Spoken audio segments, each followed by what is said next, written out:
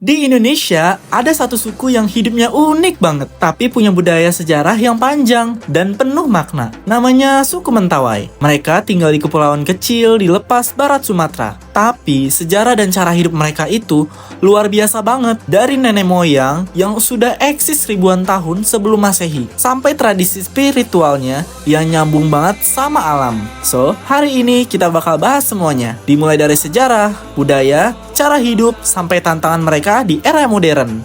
Suku Mentawai tinggal di Kepulauan Mentawai, Sumatera Barat, yang terdiri dari puluhan pulau dengan 4 besar, yaitu Siberut, Sipora, Pagai Utara, dan Pagai Selatan. Secara geografis, pulau-pulau ini berada sekitar 150 km di lepas barat Sumatera. Berarti, mereka cukup terpencil dari daratan besar. Para leluhur orang Mentawai diyakini mulai berimigrasi ke pulau-pulau itu sekitar 2000 sampai 500 Masehi. Jauh sebelum banyak kerajaan di Nusantara berkembang, itu artinya budaya Mentawai sudah ada ribuan tahun yang lalu, membuat mereka jadi salah satu komunitas adat tertua yang masih hidup sampai sekarang. Pada akhir abad ke-18, penjelajah dari luar pertama kali datang. Sempat terjadi kontak dengan orang Inggris dan Belanda yang memperkenalkan perdagangan dan pengaruh budaya baru. Namun, sampai sekarang, banyak nilai tradisional mereka masih tetap kuat. Kalau lo lagi ke Mentawai, yang paling terlihat nyata itu keterkaitan mereka dengan alam. Mulai dari hutan, sungai, dan laut itu bukan cuma tempat tinggal, tapi bagian dari kehidupan spiritual mereka. Makanan utamanya mereka bukan nasi, tapi sagu. Hasil alam yang bisa diolah jadi banyak makanan. Biasanya dari berburu ayam, babi hutan, ataupun kijang. Nah, sedangkan rumah tradisional mereka itu disebut uma. Ini bukan sekedar rumah biasa. Uma bisa jadi menampung beberapa keluarga sekaligus dan jadi pusat kegiatan komunitas, ritual, bahkan penyimpanan barang-barang suci loh. Selain kehidupan fisik, orang Mentawai juga punya sistem sosial dan bahasa mereka sendiri. Beberapa marga besar termasuk Samakalek, Samoilangan, Taporuk, dan Saimpang yang jadi identitas klan mereka dalam sebuah komunitas. Interaksi sosial di dalam komunitas dulu sangat erat, kerja sama berburu, berkebun, bahkan ritual kekeluargaan itu mengalir banget dari tradisi turun-temurun.